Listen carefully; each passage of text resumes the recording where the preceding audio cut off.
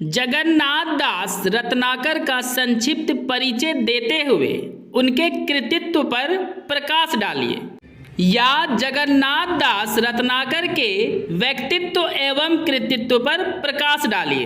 Semester 2 Hindi major course का ये बहुत ही इम्पोर्टेंट सवाल है, जिसे मैं आपको एक आसान नोट्स के साथ आसान भाषा में समझाऊंगा।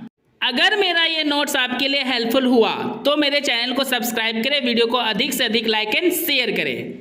आंसर को डिस्कस करते हैं। जगन्नाथ दास रत्नाकर जी का जन्म वाराणसी के काशी नामक स्थान पर 1886 ईस्वी में हुआ था। इनकी मृत्यु 1632 ईस्वी में हो गई। इनके पिता का नाम पुरुषोत्तम दास था। जगन्नाथ जी की प्रारंभिक शिक्षा उर्दू और फारसी भाषा में हुई थी, परंतु बाद में उन्होंने हिंदी और अंग्रेजी भाषा का काफ़ी अच्छा और गहरा ज्ञान प्राप्त किए। मतलब दोस्तों, जगन्नाथ जी को उर्दू, फारसी, हिंदी और अंग्रेजी इन सभी भाषाओं का काफ़ी गहरा ज्ञान था। स्कूल की शिक्षा पूरी करने के बाद वे बनारस के क्वींस कॉलेज से बीए की डिग्री प्राप्त किए। उन्होंने एमए और एलएलबी की पढ़ाई भी पूरी किए। अयोध्या के नरेश प्रताप सिंह के यहाँ सचिव के रूप में कार्य किए। हरिश्चंद्र, गंगा लहरी, विष्णु लहरी, गंगावतरण इत्यादि जगन्नाथ रत्नाकर जी की प्रमुख और लोकप्रिय रचना है। मतलब ये सारी पुस्तकें उनकी प्रमुख और लोकप्रिय रचना थी। दोस्तों, अब आपको पैराग्राफ चेंज कर लेना है। रत्नाकर जी को आधुनिक काल के कवि के रूप में काफ़ी प्रसिद्धि मिली। मतलब रत्नाकर आधुनिक काल के काफ़ी प्रसिद्ध कवि थे। ऐसा माना जाता है कि रत्नाकर जी ब्रज भाषा के अंतिम लेखक थे, क्योंकि इनके बाद ब्रज भाषा का उपयोग किसी कवि ने नहीं किया। मतलब दोस्तों, ब्रज भाषा का जितना अच्छा उपयोग और सफल उपयोग रत्नाकर ने अपनी रचनाओं में किया, इनके बाद इस भाषा का उपयोग किसी कवि ने नहीं किया, और किया भी तो इतनी सफलता नहीं मिली। और इसीलिए रत्नाकर को ब्रज भाषा का अंतिम कवि माना जाता है।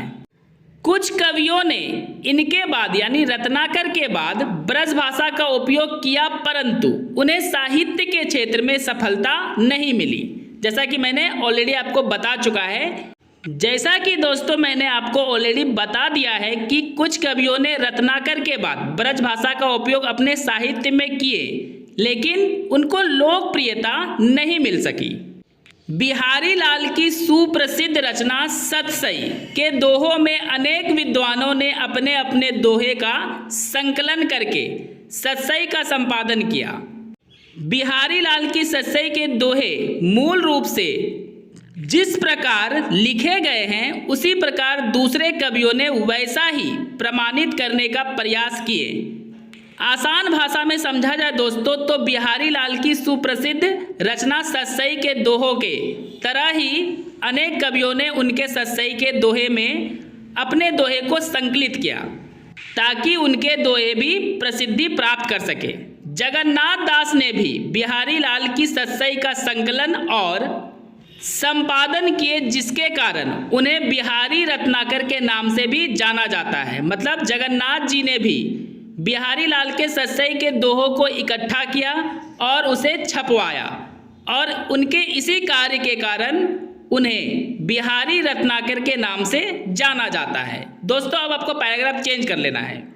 रत्नाकर जी ने काशी में साहित्य सुधा नामक मासिक पत्र का प्रकाशन आरंभ किया।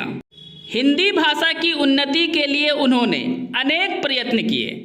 सन 1922 में वे कलकत्ता हिंदी साहित्य सम्मेलन के सभापति चुने गए। काशी नागरी प्रचारिणी सभा की स्थापना में भी रत्नाकर जी ने महान योगदान दिया था। इन उदाहरणों से यह सिद्ध होता है कि रत्नाकर जी फारसी भाषा में रुचि रखते हुए हिंदी भाषा की ओर भी आकर्षित थे। मतलब दोस्तों, रत्नाकर जी को फारसी भाषा तो पसंद था ही, लेकिन उन्हें हिंदी भाषा में भी काफ़ी रुचि थी। जगन्नाथ रत्नाकर ने भक्ति काल की भक्ति भावना और रीति काल की श्रृंगारिक भावना दोनों को अपनी कविताओं में नए रूप से लिखे। मतलब दोस्तों, भक्ति भावना और श्रृंगारिक भावना का जो लिखने का तरीका था रत्नाकर का अन्य कवियों से बिल्कुल अलग था। रत्नाकर ने वीरों की भी प्रशंसा और वर्णन अपनी कविताओं में किए हैं। देखा जाए दोस्तों, कुल मिलाकर तो रत्नाकर हर प्रकार की कविताएं लिखा करते थे और इसी कारण वे काफ़ी प्रसिद्ध और लोकप्रिय हुए। दोस्तों, मेरा ये नोट्स अगर आपके लिए हेल्पफुल हुआ है तो मेरे चैनल को सब्सक्राइब करें, वीडियो को अधिक से अधिक लाइक एंड शेयर करें। आपको पैराग्राफ फिर से चेंज कर लेना है और लिखना है, संक्षेप में हम यह कह सकते हैं कि कवि जगन्नाथ रत्नाकर आधुनिक काल के महान और सुप्रसिद्ध कवि थे। ब्रज भाषा का उपयोग उन्होंने अपनी रचनाओं में काफ़ी कुशलतापूर्वक किए हैं। ब्रज भाषा का उपयोग करने वाले अंतिम कवि के रूप में भी जगन्नाथ रत्नाकर को याद किया जाता है।